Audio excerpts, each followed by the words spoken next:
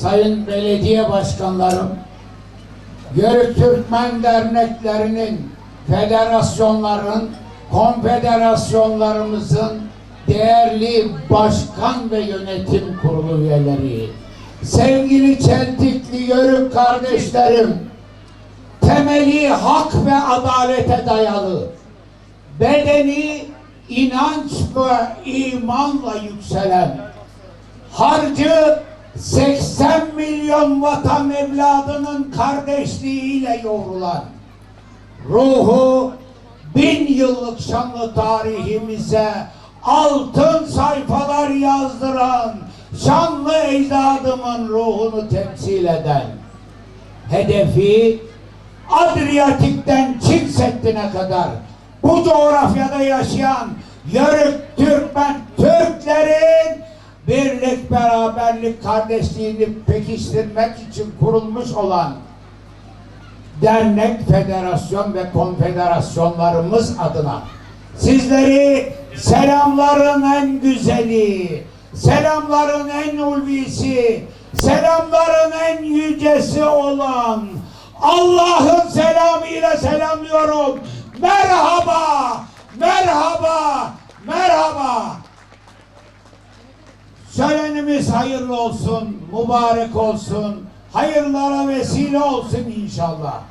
Bu tür şölenler gözleme yiyip ayran içmek, keşkek yemek için yapılmıyor.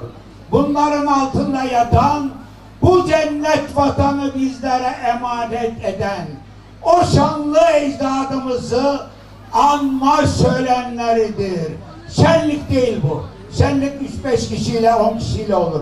Şölen binlerce insan toplandığı şölendir bu. Bu şölenlerin ana gayesi bizlere bu cennet vatanı bırakan şanlı ecdadımızı anmak, onlara dualarımızı yollamak, şükranlarımızı yollamak içindir. Hayırlı olsun tekrar. Bugün yine bu defa da Çeltik'te Yörük Bey'i ilan edilmesini istedi kardeşlerim benden. Ben bütün şölenlerde o bölgenin beylerini ilan ederken derim ki Yörük Bey'i olmak için bazı kıstaslar var. O olmazsa olmaz. Nedir bu? Ağzı haram yemeyen, dili yalan demeyen, obası insanının, duyuyor musun sevgili beyim? Obası insanının yeni doğanına beşik, ölenine taput olmaya, obası insanının düğününde halay başı, ölümünde gözyaşı olmaya talip olan, vatanını, milletini, bayrağını, ecdadını, obasını seven kişilerden Yörük Bey seçilir. O obaya hizmet vermesi için. Bugün bir kardeşimizi, adı da pek güzel. Adı güzel, kendi güzel Muhammed diyoruz ya ilahilerde. Muhammed kardeşimizi Çeltik'in beyi ilan ediyoruz. Beylik hayırlı olsun, uğurlu olsun, mübarek olsun. Tabii ki kendilerine beyliğin emaresi olan bir takım hediyeler takdim edeceğiz.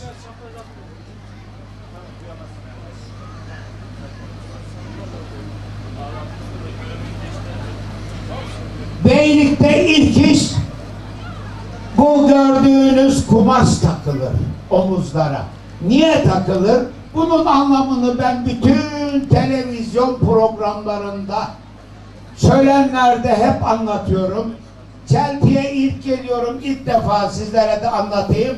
Bunun değerini iyi bilelim. 1000 yıl önce ecdadımız Orta Asya'dan Anadolu'ya göçler başlıyor. 380 yıl süren göç başlıyor.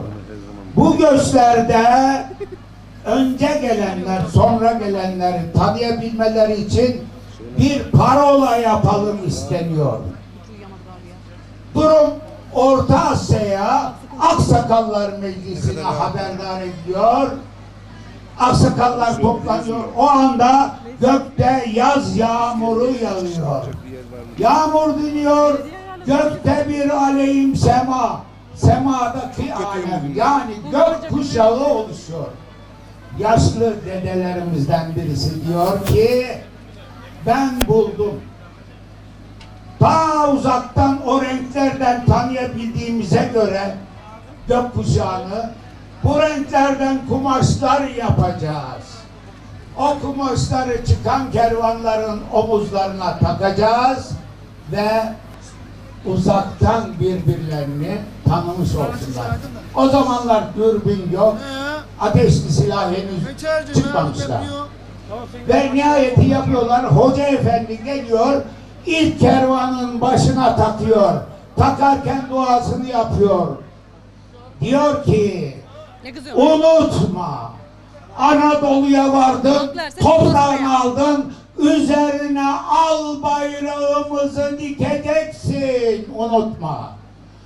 O zaman da Oğuz soyunun Flamas'ın bayrağının rengi harp zamanında al, yani kırmızı, sulh zamanında turkuaz.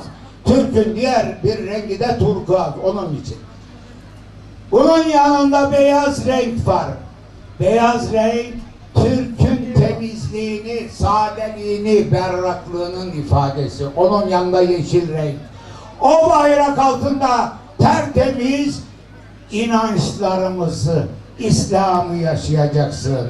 Onun yanında mor renk var. Mor renk Türk'ün affediciliğini, hoşgörünün simgesi. Onun yanında sarı renk. Sarı renk buğday başağı, bolluk ve bereketin timsali.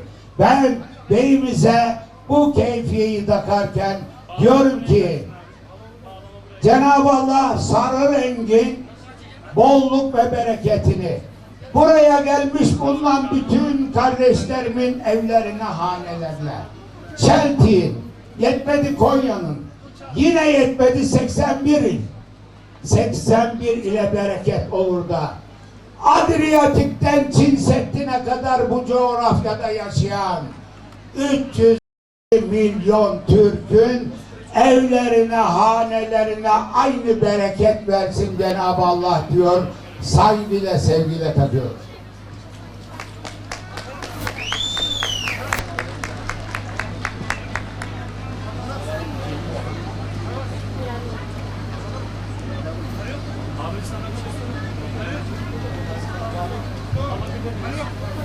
Omuzlarına keyfiyemizi taktık. Osmanlı Cihan Devleti'nin devlet armasında kalbinin üzerine gelecek şekilde takacağız. Yasin 2 tane daha çıkarttın abi. Nusret abi. Tamam. Bir de abi tamam o soliste zaten o ayarlar.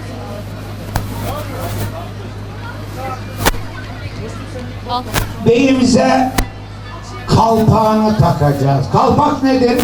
Türkiye Orta Asya'dan gelmiş, gelirken getirdiğimiz ecdadımızın taktığı kuruluş, kurtuluş ve dirilişin simgesidir. Hatırlayın, Büyük Atatürk ve silah arkadaşları Kurtuluş Savaşı'nda Kuvayi Milliye'nin simgesi olan bu kalpağı taktılar ve dirilişe geçtiler. Ben de dirilişe vesile olsun diye kalpağı takıyorum. Kalpağın üzerinde Türk bayrağımız. Bu bayrak altında huzur içerisinde, keyfiyemizde, kalbin üzerinde Osmanlı Devlet arması. Hayırlı olsun.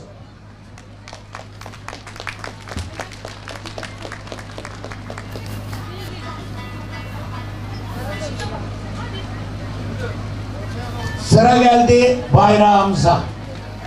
Ben değerli Abdullah Duman kardeşim, Bu arada ben değerli protokola bir şey anlatmak istiyorum. Müsaade ederseniz çok konuştum.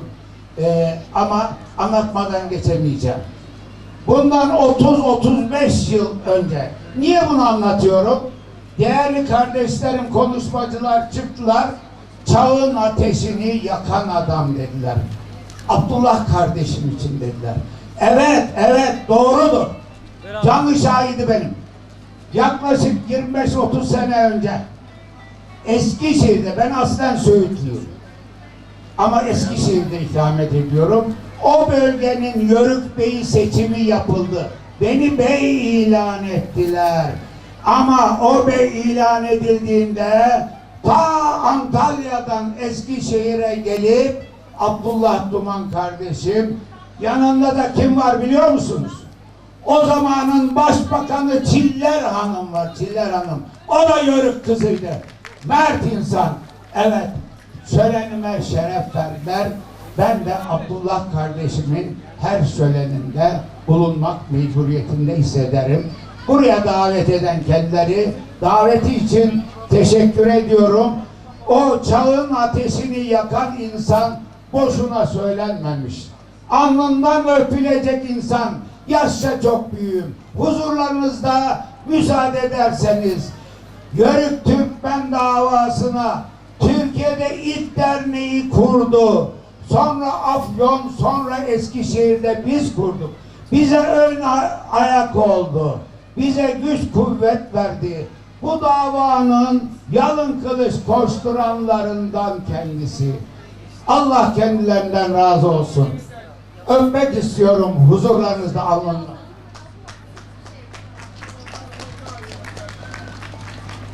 Allah razı olsun hizmetlerinden dolayı. Elimde bir küp var. İçerisinde mukaddes bir şey var. Onun üzerinde bayrağımız. Nedir bu? Beni davet ettiği zaman ben gittiğim yerlere eli boş tabii ki gidilmez. Maddi değil, manevi değeri yüksek olan bir hediye ile gideyim istedim. Bu Cenab-ı Allah'ın sadece Eskişehir'e verdiği bir nimet var. Lüle taşı, beyaz altın derler buna, biliyorsunuz. Bu lüle taşından bir küp yaptırıp içerisine Dedem Ertuğrul Gazi Han'ın Söğüt'teki türbesini ziyaret ettim. Başucunda dua ettim, ayak ucundan bir miktar toprak aldım, bu küpe koydum.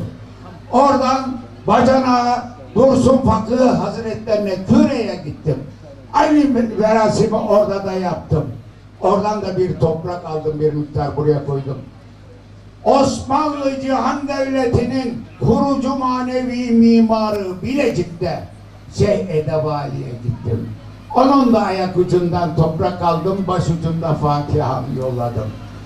Ben diyorum ki, ey beyim, bu bayrak altında, bu toprak üzerinde o bana, memleketine hizmetlerin daim olsun, sağlıkla, sıhhatle, sevdikleriyle inşallah diyor. Bayrak ve toprağımı takdim ediyorum.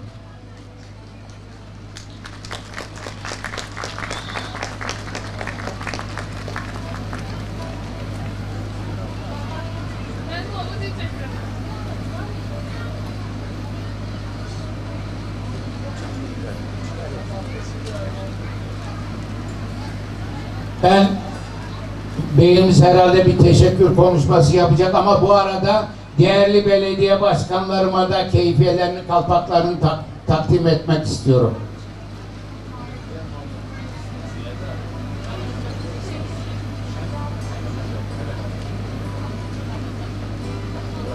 Böyle onurlu bir günde arkamdaki protokollerin, önümdeki siz değerli dostlarım, abilerim, ablalarım, Sayın Kaymakamım, Akşehir Belediye Başkanım, Çeltik Belediye Başkanım ve dernek başkanlarım, Akşehir Dernek Başkanım ve yıllarını bu gibi dernek ve toplantılarda bağdaştıran insanları birleştiren ve yıllarını eskittiği amcamız Niyazi Çapan amcamızdan ellerinden öpmek istiyorum. Emek verildi. Sadece bugüne özel değil. Az önce söylediği gibi çağın ateşini yakan adam Abdullah Duman Beyefendi ile beraber bizi buraya toplayan kişilerdir. Hepsinden Allah razı olsun. Teşekkür ediyorum.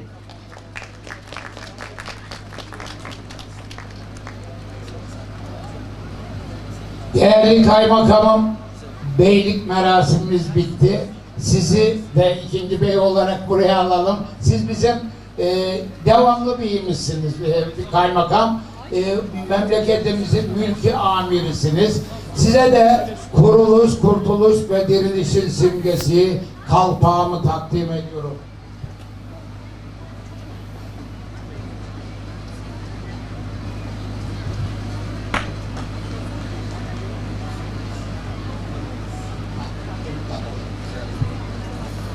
Keyfiyemizi de takıyoruz.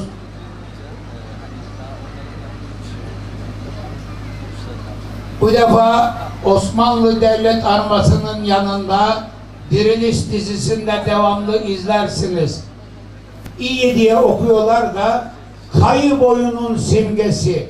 3 tane ok.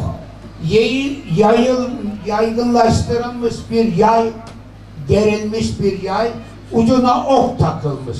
Sağında solunda birer ok daha. 3 ok var, bir de yay var. Onun ambleminde göğsüne takıyoruz efendim.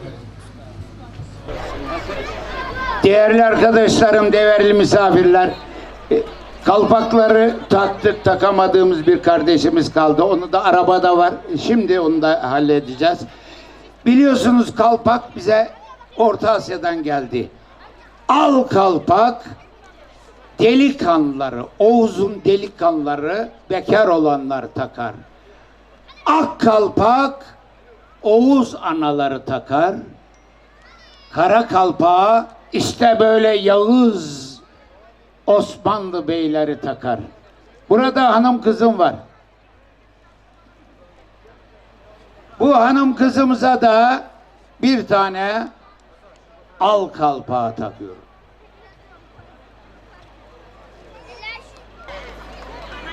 Anacığım, Oğuz anam, sana ak kalpağı takmak istiyorum müsaadenle. Video yap amca, video.